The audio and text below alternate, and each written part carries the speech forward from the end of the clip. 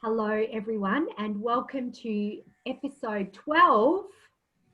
Whoa, episode 12 of Wellbeing Wednesday with Louise Thompson and myself. I'm Cynthia Marnie, and today we have a very special guest for you coming from outback Queensland on a sheep station where she's about to do some heavy lamb lifting tomorrow. And she's got the melting moments in the oven ready to feed the hungry hordes tomorrow.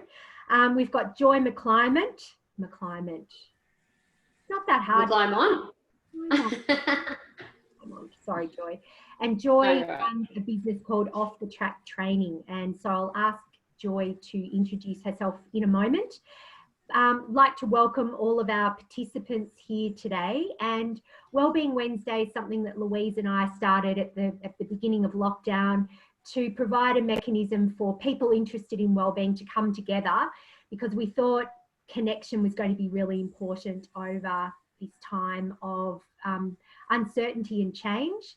And we also, for both of us, one of our passions is wellbeing, and so we thought, what better way to explore wellbeing than to interview some of the amazing women from rural, regional and remote Australia in our network and tap into their wisdom and bring a community of people together each week to learn from all these amazing women. And we've had Joy's our 12th guest, and each of our conversations have been amazingly different, haven't they, Louise, and covered lots of different areas. And we haven't explored the physical side of wellbeing yet, so it's about to do that because it's so important. And I will hand over to Louise to introduce our chat people, let everyone know how the session works and introduce herself. Hello everyone, and whilst it's pretty chilly down here in Melbourne, in the southeast Bayside area, the sun is shining, which is gorgeous. So well done everyone that has joined us so far, and if you haven't already, you can join the chat conversation, which most of you be familiar with, given that we've all had about 10-11 weeks of becoming experts on Zoom. Just a reminder to select the all panelists and attendees, depending on the device or your laptop or Apple, to be able to ensure everyone else sees what you're typing. So there's always a conversation going there as well as listen to the conversation. In particular, I know men and women join us, so we're pretty good at multitasking. So tell us what you up to or what you intend to do to lift your well-being, given Joy is going to be lifting lambs.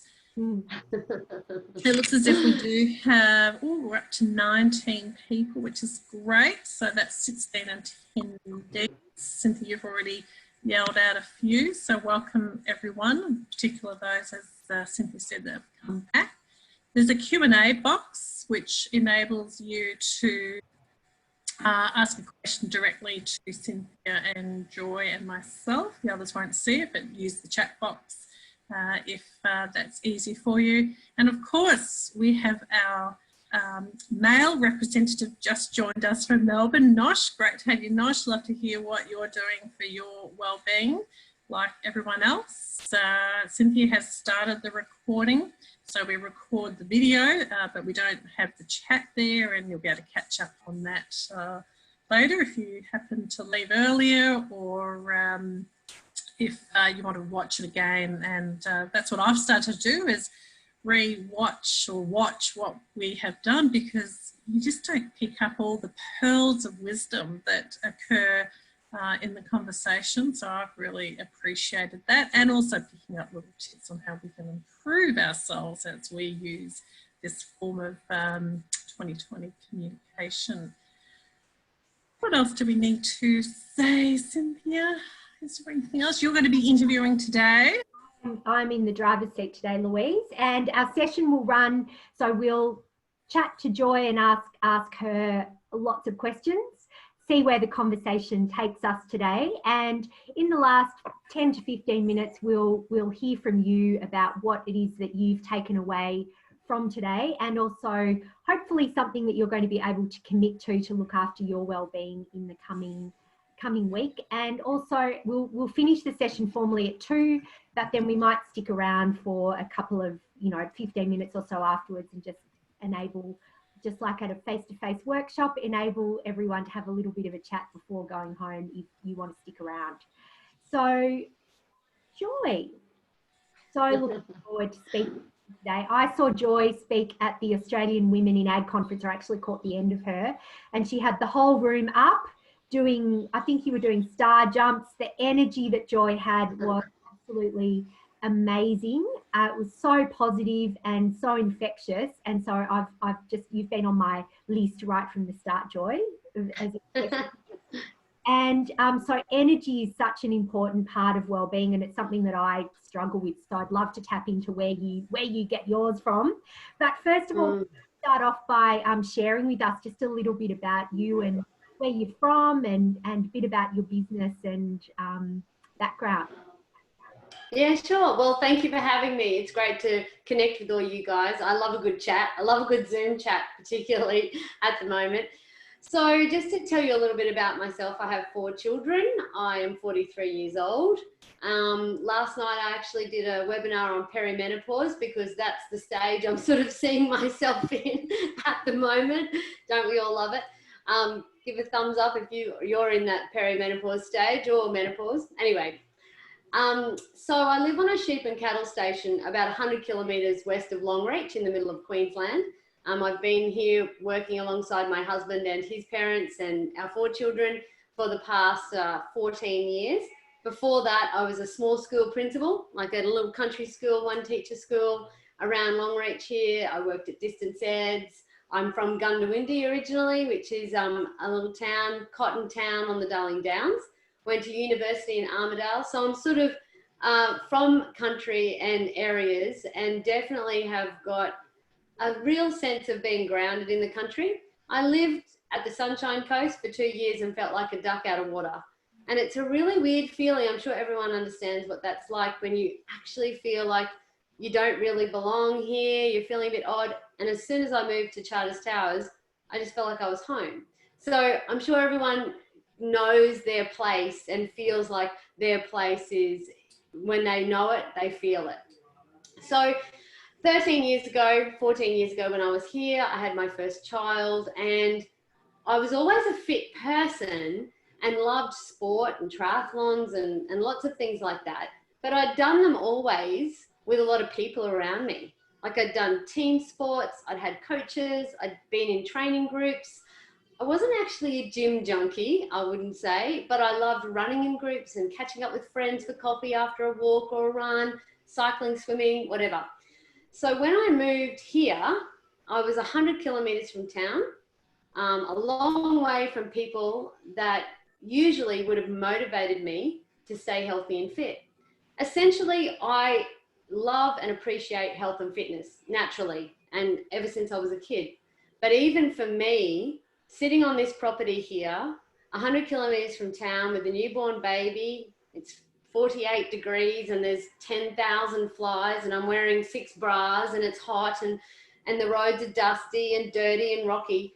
Exercise became really hard and very unfun. I say that, I know it's not a real word, but the opposite of fun. So I really struggled, and I thought to myself at that point, I remember going out for my post-baby walk, post-baby comeback walk. Rightio, let's just get this body moving again, see if I can feel like I haven't just pumped out a child.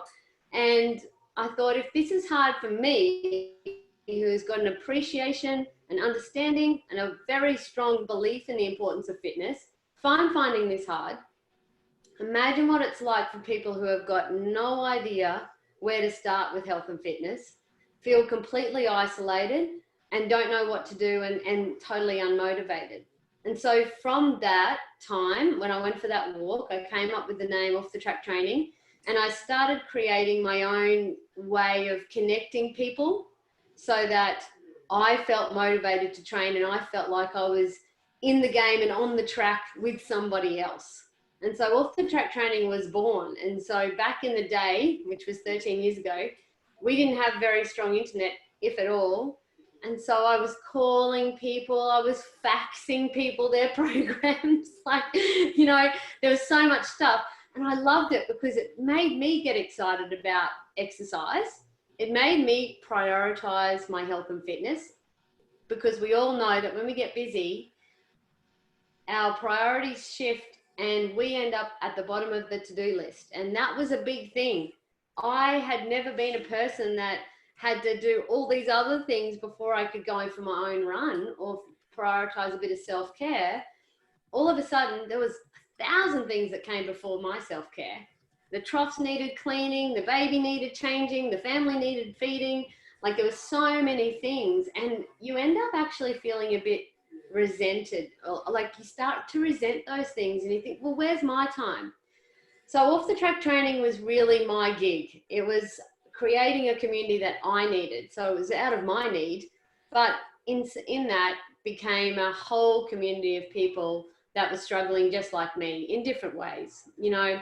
But essentially, we all just wanted some sort of inspiration and guidance and something to help us keep humming with life and to prioritize that health and fitness.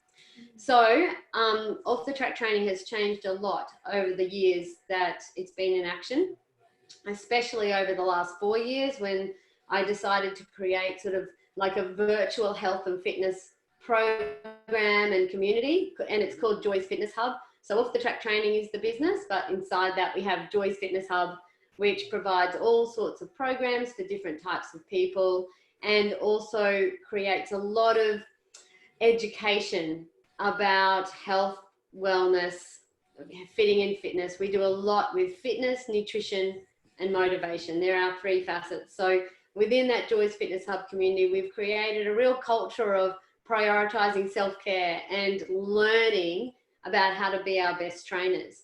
And it's been a fantastic journey, but it's also been a wonderful way to meet new people. I think the hub members are all my best friends. So, you know, that's great. Ticks that box. That's terrific. Wow, congratulations. That is an amazing story. And Joy, have you got people working for you now? Do you have trainers that are kind of working with you, or how does that? Yeah, so it used to be just me and running the programs, and now, like, you know, this is, you know, we have our own workbook with all the program in it. We have 2 of those. We load everything on a USB and an MP3 player to get around this reliance we have on technology not always coming to fruition. I'm the same. So we make sure that the program is always accessible on every other thing. Printable things people love because it doesn't happen much anymore. I have 4 other trainers plus a wonderful naturopath nutritionist, Stacey Curcio, who writes all the nutrition tasks in the program. And we host monthly hub chats. Like I just said before, recently I hosted last night on perimenopause. Stace did perimenopause and nutrition last month. So a range of topics around fitness, nutrition and motivation. But it's great having a team of people that you work together with that all understand what it's like to sort of juggle life and fit in fitness around life and do the best you can with healthy eating whilst trying to accommodate 17 different types of, you know, taste buds in your family. And, you know, like it's all this real stuff. Like, yeah, we can open up a recipe book and think, wow, that meal plan looks great, but this kid doesn't eat that and my husband hates that. So it's just about keeping it real. And I always say that the hub is around training everyday athletes. We're everyday people doing the best we can. And what we want out of this health and fitness gig might be to achieve our health and fitness goals, but essentially it's how we show up in life. I don't want to have a fitness gig that then makes me a cranky cow because I'm so tired and exhausted.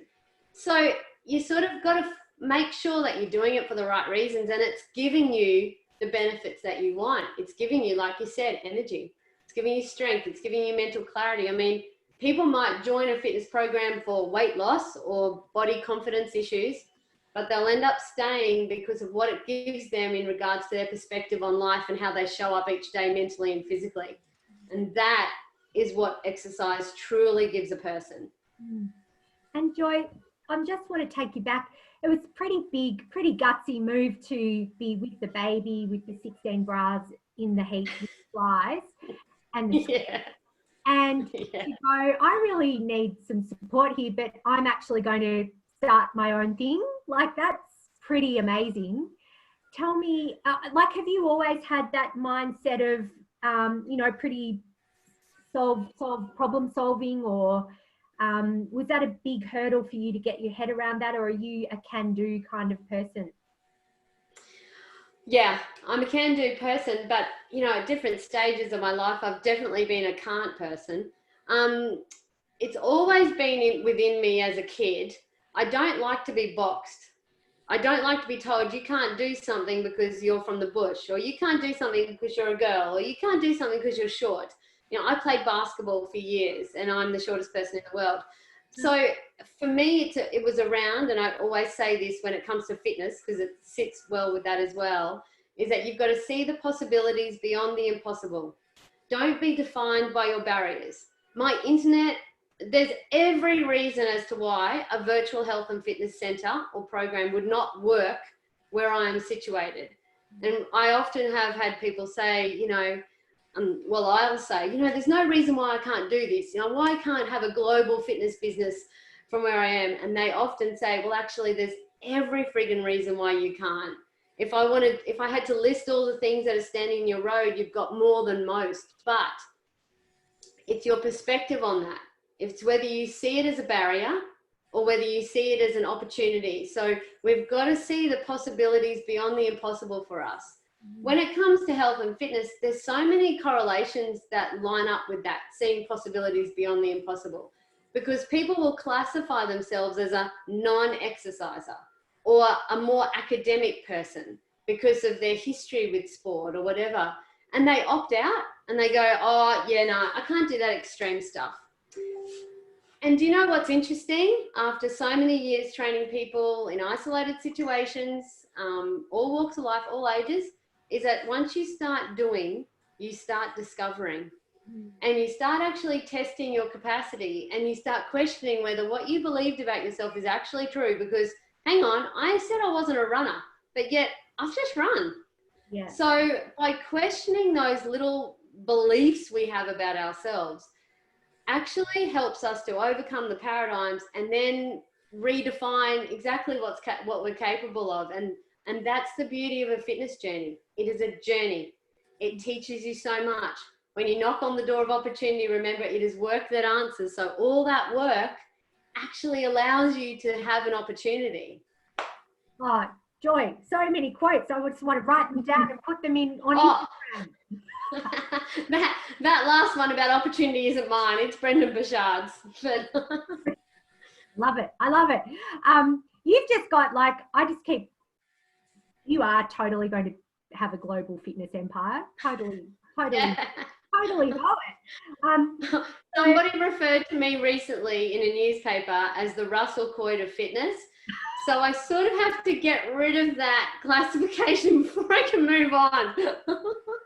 Although Russell Coight, I just learned, besides Norman Gunston, was the second most popular and favourite television character of all time in Australia. Okay, well, maybe I need to be the female Russell Coight. Number 2, so maybe own that, maybe. Yeah. So there's a lot there about beliefs and identity, it sounds like, Joy. So we've got this belief or an identity that we assume and we believe is true, but you're saying a lot of people discover through the journey that they go on with you that identity is not fixed, that it can change. Yep.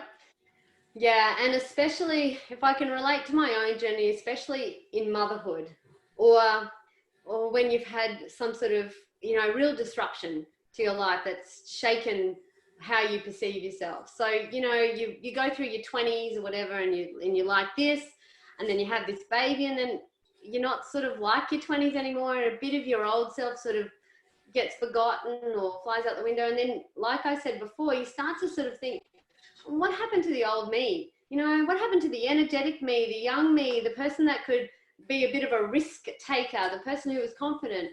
So I find that along the journey, we have those little disruptions, those barriers, those hiccups, and then we start to pivot a little bit and opt out or change the way we do things, or start to, you know, create some habits that aren't so good to get us through. You know, there's all these things that shift. So I think it's important to have a point in your time where you take a little bit of a moment to reset and think, where am I actually at? Who do I want to be going forward? Because that's essentially what you've got to make a decision about. It's how you show up every day. It's how you want to live the rest of your life. And a lot of people, when they join the hub, for example, are at that point where they just have had enough of feeling tired. They've had enough of feeling like they're not confident with their body. They've had enough of struggling mentally or not feeling strong. And, you know, like I said, we lose so much of our old self physically over that 30s to 40s to 50s. We start to really feel it. And that's where a lot of my members are, in that 30s, 40s, 50s, 60s bracket, where it's sort of like we're going through puberty all over again. Like the body just changes and our mental capacity changes so much. We've got to come back and study those What's Happening to Me books again, because it all shifts. Oh, so true. I've just thought of, oh my God, are you there, God? It's me, Margaret. That's just yeah. grade 6. I don't know if anyone else. Yeah, I know exactly. Yeah. Smuggled. It was about periods, and it was sort of very naughty, but it was just the 80s. Yeah, I know. Yeah. Now, so Joy, I'm really interested. Do you struggle at all to, you know, that showing up every day?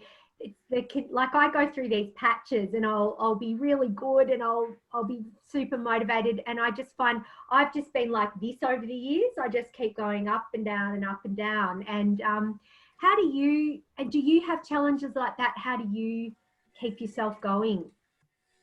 Cynthia, okay, this is the new norm. Everybody's got to adjust their norm. There's no one I know of that can operate on a high energy level like this every day, day in and day out. It's actually normal to fluctuate. It's like overload and recovery. It's the principles of fitness.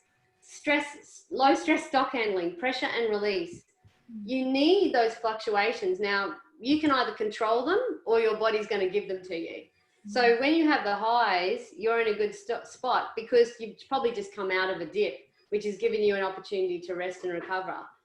Don't feel stressed or worried about that. And motivation is the same. There is no one I know, no elite athlete that can maintain a high level of motivation every day for the rest of their year's training. It's going to fluctuate. And that's okay, because you've got to back yourself in and go, well, you know what? My body's telling me I need a little rest here. I need to back away from work a bit. I need to do a bit of a reset and just get a fresh perspective.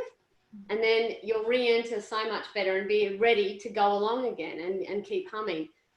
Exactly the same thing happens to me with business, fitness, parenting. You know, I'll be nailing it for a couple of weeks and then I'll go, okay, I'm out, tapping out. So you've got to be okay with that. And you've got to say, right, I'm gonna work really well for the next couple of days and then I'm gonna have a day off. So you've sort of got to make sure that you choose places where you can take the pressure off. You can't put the pedal to the metal all the time. And so you definitely need to back away from the office, step outside and give yourself some headspace and some time out. And that's how you can actually come back in with the energy that you need. Does that make sense?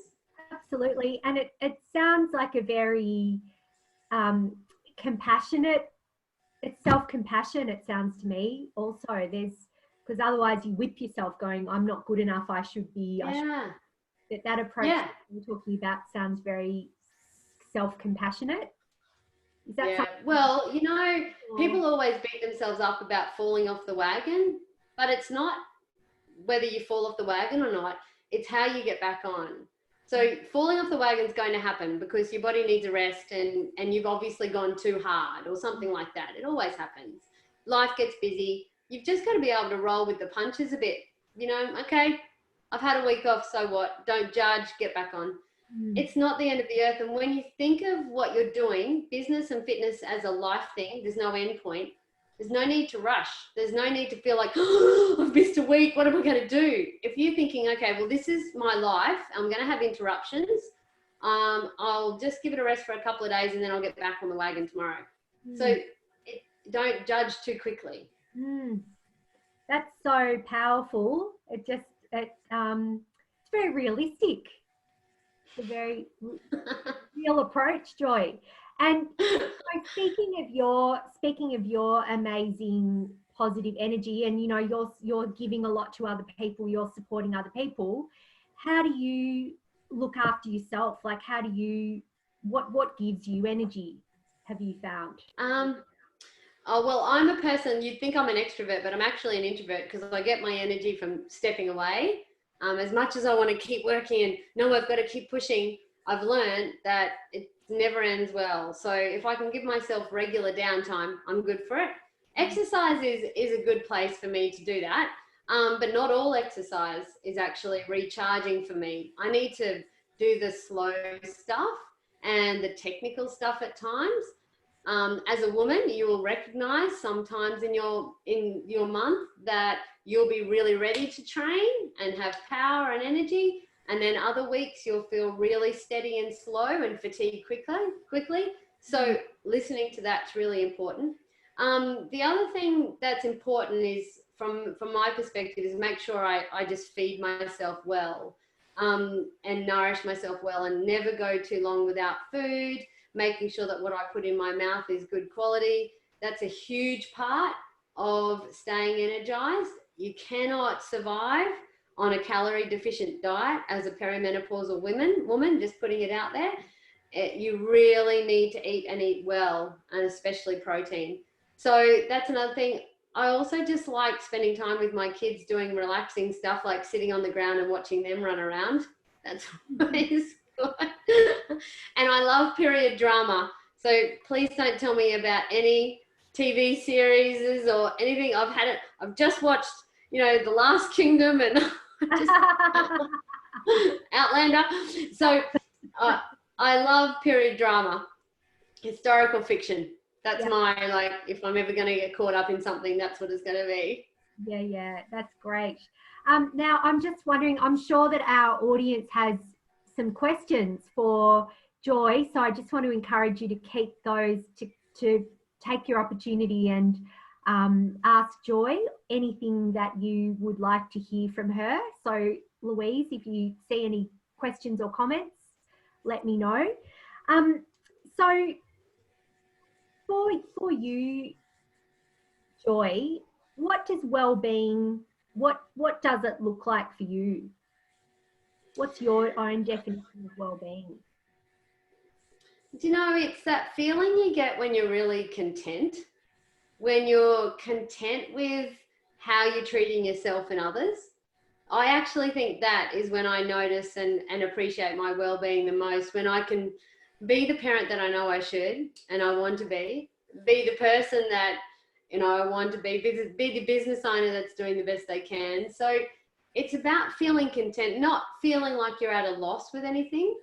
And because, there's so many factors that come into play that influence that content level. And obviously what we feed ourselves, how we exercise, our perspective on life, what we're doing with our daily habits, what we're doing with our life, that all has a driving factor on that. So I suppose when I'm content, I know that I've got all those facets sort of humming along for me at the moment. So yeah, does that make sense? Yeah, I really like that. Feeling content. And is there something, so I'm just wondering, because often, as particularly for women, we've got this sense of we're not enough. We need to be doing more or be more, or how do you deal with that? Yeah, and I think it's also it's a hard thing from my perspective as a trainer, because I never want to be the person that says you should be doing this or you should be doing that. Sometimes you can get yourself caught in a trap that you care more about the other person than they care about themselves, and you sort of try, like, come on, this will be great for you, you'll love it. And they're just going, this sounds terrible, I don't want to do this. So I think it is a tough one that, you know, I believe in personal growth, but I also believe in respect and love for yourself first and foremost. There's always something great that you're doing. There's always something awesome that you're nailing. You know, the person that comes to me for fitness is probably the best interior designer and house cleaner in the world. And I just need to share with them how poor I am in those departments for them to feel better and say, look, you know, I'm a shocking cook or something like that. I'm not. But, you know, there's always something that people are nailing. So you got to give that the credit it deserves. And then you got to say, well, you know, how do I want to grow? What's my personal growth from here? I just wholeheartedly believe in personal growth, not because you have weaknesses, but because you as a human need challenges in order to seek your capabilities and capacity and believe in yourself. So one of the groups that I train at the moment, they are in challenge month, and some of them just hate challenges because I think it overwhelms them. Whereas I've pitched it this month to say, you know, this challenge isn't about overwhelming you. It's about you recognizing an aspect of your life that you know you should be really persisting with, but you're not. So some of the challenges are to have an hour a day to practice the piano. And so it's getting them, the challenge is to prioritize themselves. So that personal growth journey is so important for people to learn about themselves and to learn about the lessons that come with persisting with something, having the mental strength to persist with something when they don't really feel like it. And that, I think, is a powerful thing that shows up in all aspects of life. And so, Joy, was there a pivotal moment in your life where something happened, you were at a low point or you had a major challenge or something like that that really shaped how you approach things? Or yeah oh, there's been so many.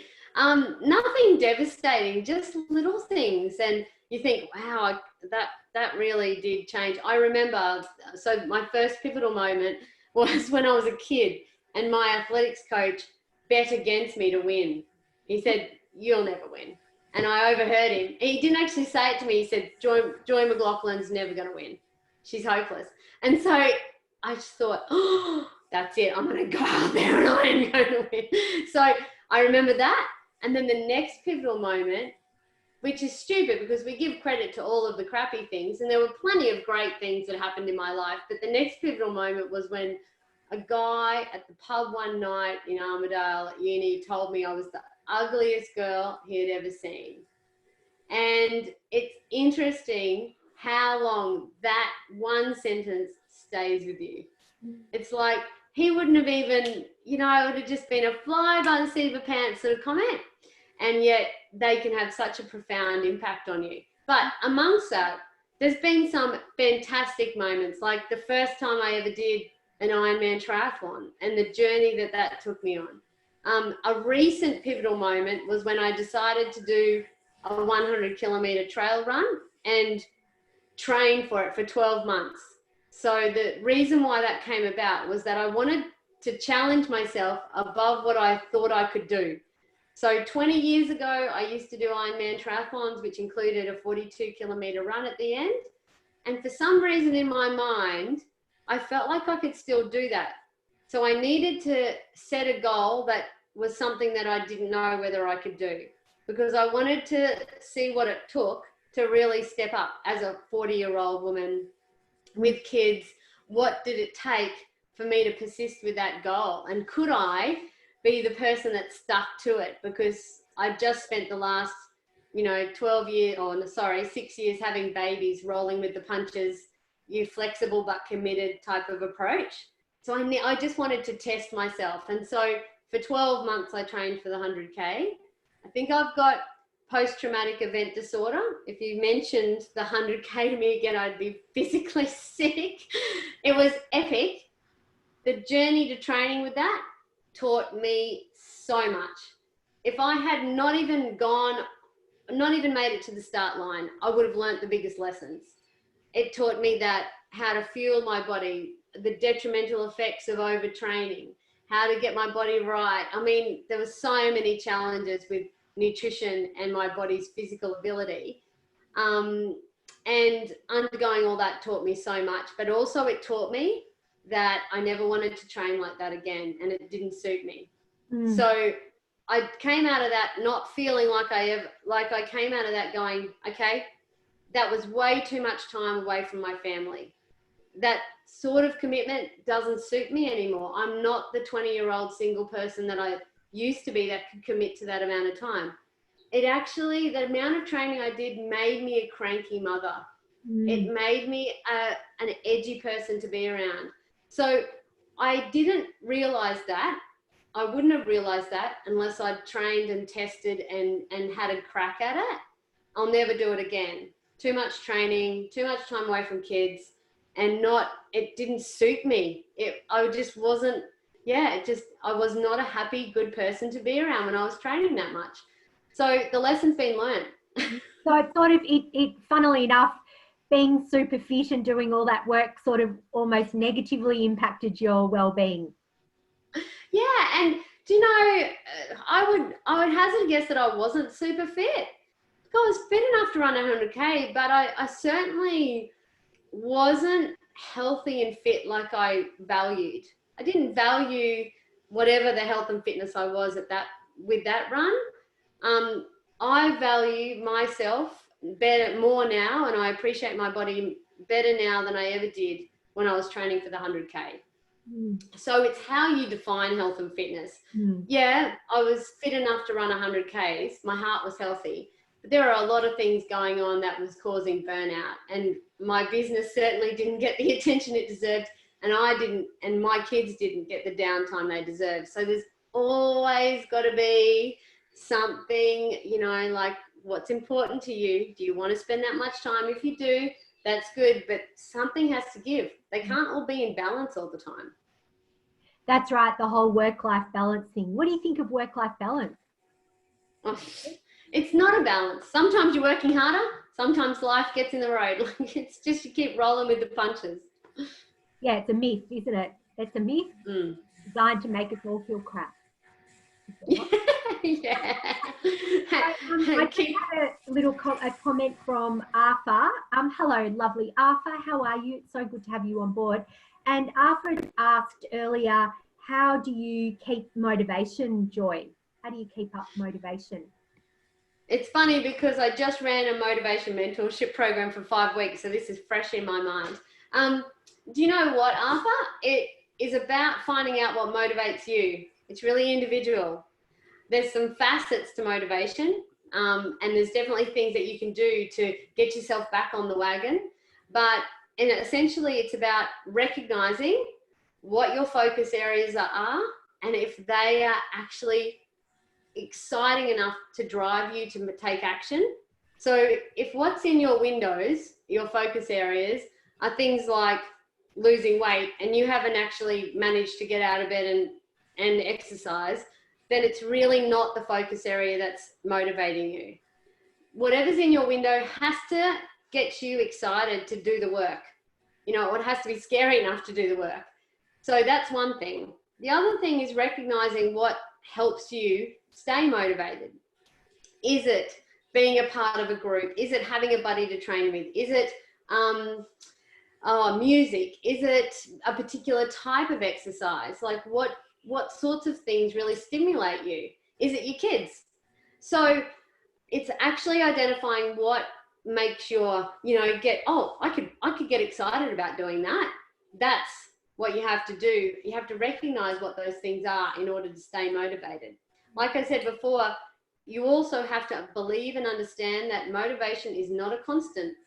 It will be high and it will be low. It's what you do at the low times that matter. So you got to have a plan. You go, well, if I fall off the wagon, I'm calling my mate, or I'm going to get out this program that I signed up for 20 years ago and haven't done. You know, it's things like that. You've got to have a bit of an action plan. I have this saying, something is always better than nothing. So when you're at a motivational low, if you can do one exercise, 1 2-minute walk, the movement shifts the mindset. So if you want to change a mood or a mindset, you need to move. It's like, do you feel sad? Well, let's go for a walk. And you always feel better. So once you start moving, you'll often find solutions to problems that where you've been stuck. And so movement really counts. I hope that helps. Yeah, and I reckon, sorry, Louise, I reckon that also thinking about where you've had past success when you struggle, really motivating, and remembering, because it gets that neural pathway fired up in the brain. And yes, definitely. As long as it doesn't include, well, actually, I was really motivated when I bought a $1,500 treadmill. I might buy another one. Get really motivated again. But I think, I've been in Benalla with Dad, and I have been eating a few Magnum ice creams. I don't know why. I've just been locked down. I've just done it. And yesterday I thought to myself, no, it's going to stop. And I remembered when I was eating really well and I had a plan. And yes, in my mind, I had a plan. I knew what I was going to eat. So therefore I didn't go and get tempted by things lying around. And it's only been 2 days, but it's been working well so far. Yeah. And you know, the other thing too is that like we tend to put so much emphasis on the fact of the little things that we're doing so badly, and we go, oh, I'm so naughty, I've had a Magnum. The stress associated with having the Magnum is actually worse than the Magnum. But you know, we need to sort of go the 80-20 rule. 80% of the time you're nailing it, 20% flexi celebrations, that sort of thing. So we've got that healthy perspective. But I agree, when you can't be trusted to make healthy decisions, then coming back to a meal plan is really beneficial. How did you know I can't be trusted? So true. Louise, Louise is so she's a marathoner. She's really great at looking after her health and well-being. So I'm sure she's got lots of questions, plus some from our participants. I was wondering which I'm talking about there, Cynthia. I just wanted to pick up, Joy, where you mentioned about the question from Afra about the motivation. There was another question raised about what happens, you know, if you're in bed and you just don't want to get out of bed. So, you know, do we some type of movement in bed, or what's your recommendation there? Wear your fitness clothes to bed. It'll be much easier to get out. And it, you know, no husband wants to tap you on the shoulder when you've got your Lycra on. Well, maybe they do, but it's great because you get a good night's sleep. So I'd say have your exercise gear sorted beside your bed, and make sure before you go to bed, you know what your commitment is. You know what session you're going to do. I used to have a friend text me and say, are you out of bed yet, you lazy cow? And I'd have to type back to say, yes, I am. And she wouldn't trust me. She'd say, take a photo of you dressed out there. It was like, okay. And you might find you might need that for a short amount of time, but ultimately, you know, yeah, it all goes in ebbs and flows. We might need that for a week or two, and then all of a sudden we're on a roll. Yeah, that's sound advice. I'll just mention, I used to leave my running gear in the toilet. So I would wake up at crazy hours, like 4:30, depending on how long we were running. You know, you go to the loo and there's my clothes. Oh, you have to put them on. Sitting there. But the best one, what you're suggesting, Joy, is it's that connection that you've mentioned. It's great to have that, just one other person who sends you that message saying, look, I'll meet you in 10 minutes, smack you in 5. So if you are stuck, be it in bed or wherever, you just need that person who can, you know, just get you thinking, not even telling you what to do, but just get you thinking about what you could be doing. Yeah, totally. And that buddy system works a treat. I mean, we do live workouts. So at 5:15 or 5:30 in the morning, people have to join and come in. And it's amazing what happens because it's sort of like a roll call. So we can't see them, but we can see their name, and they just will not miss saying, "Hi, I'm here," because they want us to know that we see them. And then at the end of the workout, I'll go through and tick like and say, "Hey, great to have you on." And they'll go, "Phew, I was acknowledged. She knew I was there." You know, it's just that accountability, support, acknowledgement that people are looking for. And sometimes it's hard when you can't actually physically go to a gym or a trainer. Joy, what's your weirdest exercise gear that you've used? Because I saw in your profile you were like lifting tins of beans and stuff for equipment. Like anything, I mean, crowbar has always been my go-to. I love a good crowbar. You can do so much with a crowbar or a piece of pipe. But you know, see that rock I'm holding in the background there?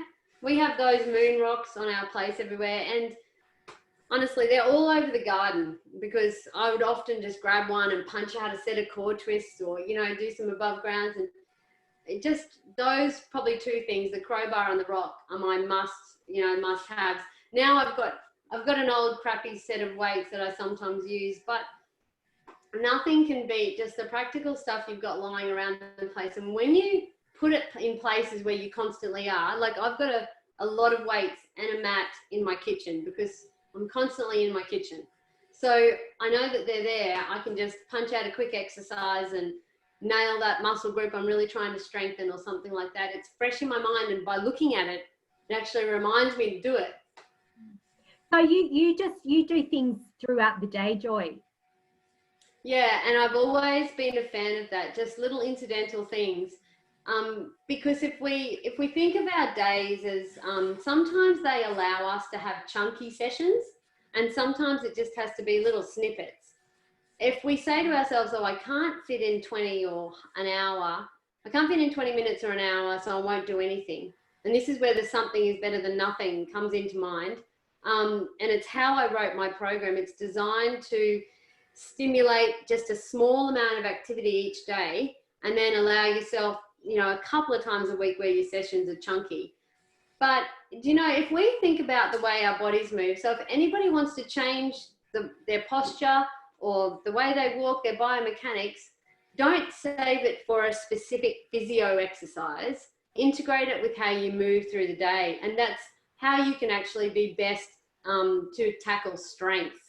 Strength is one of those things that we can integrate into our day and has more of a benefit if we're, instead of us trying to find that 45-minute hectic strength session. Sometimes that just ain't going to happen, and it just doesn't happen. But I can fit in 3 sets. I can fit in a set of push-ups every time I go through the kitchen door. I can fit in a bar hang outside near the tank stand every time I go past it. So those little things actually, one, change your headspace, but two, they snowball into being significant things, and they stop us from wanting the big chunky session all the time, the special fitness session, which is all well and good if it actually happens and if you can make it come to fruition. But if you're finding that your day is getting swallowed up in so many other things, then the somethings, the small somethings, they count for big stuff. Yeah, that is great advice.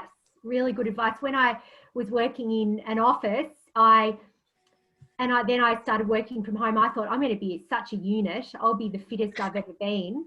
And I realised that I just put on whoop, whoop, whoop, whoop, whoop. And it was because all that little incidental stuff that you do just through the day, walking around, and all that incidental stuff just went. And it was, and it all added up. It was amazing. So that is, again, just such great advice. Louise, were there any more questions there, or?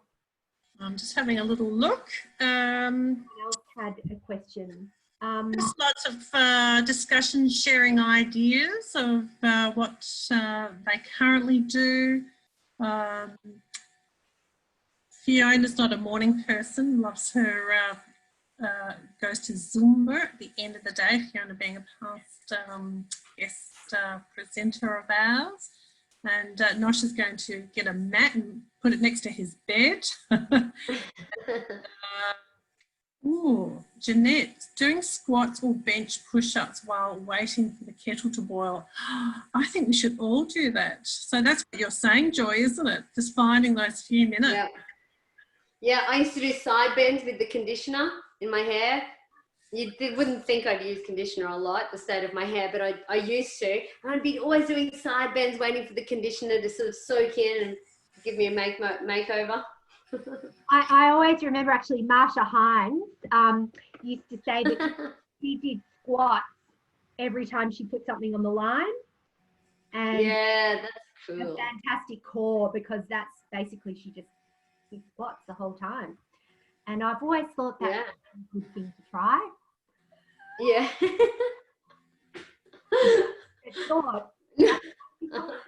I challenge you, Cynthia, to do 100 squats while you're hanging out those undies. Go for it, girl. After my hernia. Oh, yeah. No, not now. Not now. Bernadette's mentioned that she does air exercises while waiting for the kettle to boil. B-A-R-E. What's that? Oh, I think it's sort of like ballet / Pilates sort of movements. It's really great. If you ever get a chance to go to a bar class, they're brilliant. I used to go to, every time I was in the Big Smoke, I went to Bar Body, and they still exist, those little studios, but they're a mixture of Pilates and ballet movements, and they're often at a ballet bar, and they might use balls and stuff like that, but it's very deep muscles activation, slow controlled movements, like you're doing leg extensions or these types of things, so it's really great. It's really good fun. What's your favorite exercise or form of exercise that just gives you so much satisfaction and joy? Is there one? I love cross training. Cross training is combining cardio with strength. I'm a big fan. So it's sessions like 200 meters run or fast walk, come back, do push-ups, deadlifts, thrusters, whatever it might be. So integrating some cardio with strength. So it's sort of like CrossFit, but sometimes I can't get that excited about the weightlifting, and I'm pretty shaky at the gymnastics side of CrossFit, but I've always done a lot of cross training. So I take, to the airstrip, I do 500 meters fast, and then I do 20 pop squats, lunge walking, integrating strength with cardio like that. That's my favorite type, and it's time efficient. It ticks the cardio and strength box.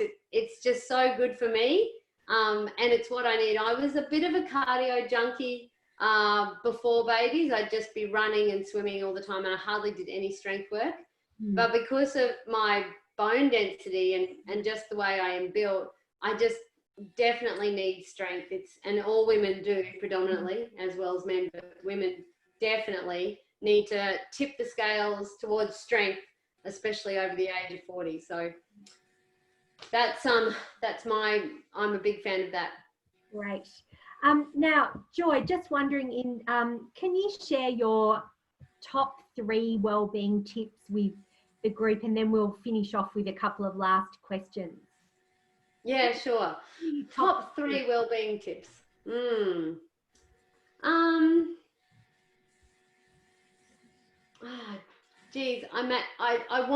I suppose number 1, if I'm going to get really specific, it's don't feel selfish about self-care. Don't feel like you have to pour everything into everyone and everything in your life.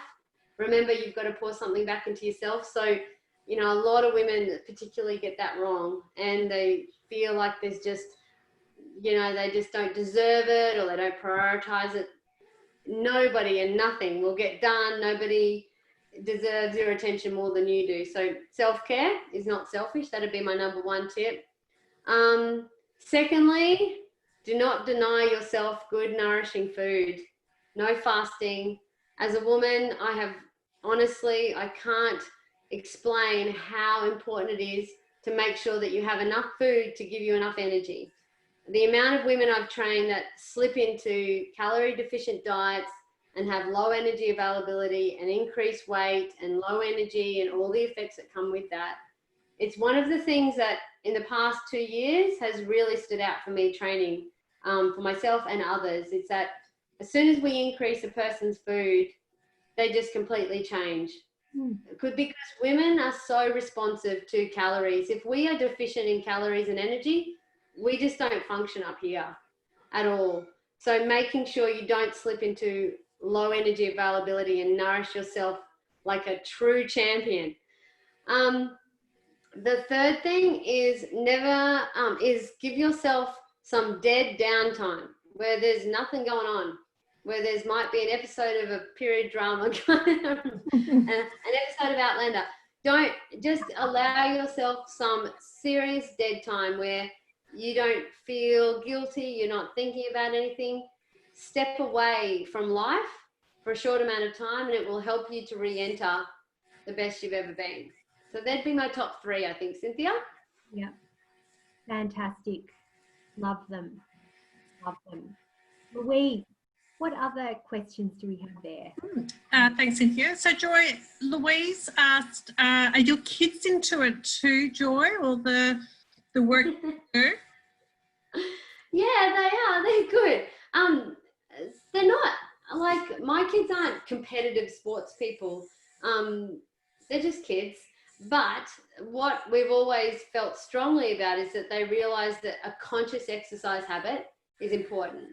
And for no connection to their size or anything, it's just that if they're in the schoolroom all day, and when my kids do distance ed here in the house, if they want to be mentally functioning and happy, then they have to move, they have to exercise, which you'd think for country kids that have become quite normal. But remember, they're sitting in a schoolroom without a playground for the majority of their day. So, and often it's in front of a screen. So my kids do predominantly around 4 hours in front of a computer. So it can get tricky because you've got to get them out of that and into it. So, you know, when they're at home here, we do a little fitness routine. Monday is ride run, Tuesday is strength, Wednesday is circuit, Thursday is sprints, Friday is yoga stretch. It's a bit like the same as my program with the Hub Live workouts. They follow the same thing. And I find that they love it because they love it. Oh, today's ride run. What are we going to do? Today's strength. Oh, I hate strength. Oh, okay. What are we going to do? You know, so it's sort of, they've just learnt to go with it. And once they start doing it, they love it. And they've seen us exercise for years. And they come with us on runs, on their bikes. And it's just part of just family time. So it's good. It's structure, isn't it? And humans love structure. So yeah. Oh, they do. Yeah. Really. Now, Erin has asked about finding out more details about your business. So I'll put that aside, but that's sort of interesting what's the best way to find those details. Another more specific question around our fitness is from Jeanette, wanting to know, in addition to the usual squeeze and lift exercises, what would be the best exercise for strong groin and pelvic floor area? Pelvic floor is just like any other muscle. The more you use it and practice to engage it, the stronger it gets. But it's just like any other muscle in that as soon as you start exercising hard, it'll be the first thing to fatigue. And so you have to be careful of that. There's so many different levels of pelvic floor strength and engagement. I would really urge you to go to a female physio, a specialist, to get it tested and to see where your pelvic floor muscles are and where the weaknesses are. A lot of people think they've got pelvic floor issues, but it's sometimes other things that might be affecting it. Like maybe it's your core activation that also has an impact on your pelvic floor. It could be your diaphragmatic breathing, because when we aren't breathing or belly breathing well, often our pelvic floor and our diaphragm aren't parallel to each other, and therefore it's really hard to engage our pelvic floor. And so, but a specific female physio will be able to test it, will be able to tell you what to work on more specifically, and be able to set you on a pelvic floor program from that. So if you can get to one, I would really recommend it. What was the other part of that? Strong groin? And you mean like, yeah. Yeah, so it was pelvic floor and groin. Groin, I think it was definitely. Strong groin and pelvic floor area. So, Jeanette, it'd be interesting to see, do you mean, how do you know you haven't got a strong groin? Why do you want a strong groin? Is it a specific area for an issue? Because I'm unmuting Jeanette. Oh, good idea, Cynthia. And Arthur, by the way, I'm standing. Can you hear Me me? Louise is standing. We're all standing. I'm leaning, which is probably not a good thing, but I'm standing. Yeah, just share a bit more.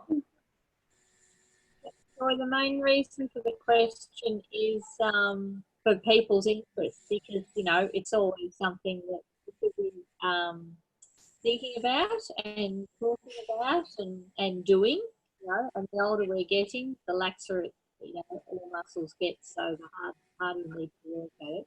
So the question's really for everyone on the panel to get the answer rather than me specifically.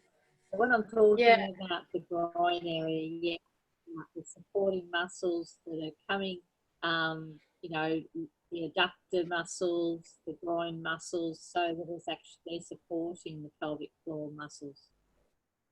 Mm-hmm. Thanks, Jeanette. Yeah. I've got a quick question because Arthur has picked up that you're standing, Joy, which is great to see. I found when I had a stand-up desk a few years ago, it all started, I had to go to the physio because I was getting pain in my knees. How should we stand while we're communicating this way? Can you show us? Well, there's a couple of things you must do is that make sure your knees are soft. So we don't want to lock our knees back. We want to keep soft knees. So that often, if we lock our knees back, our tailbone tips out, and that's where we actually get a really sore back from standing all the time. So put the load on the muscles by having soft knees.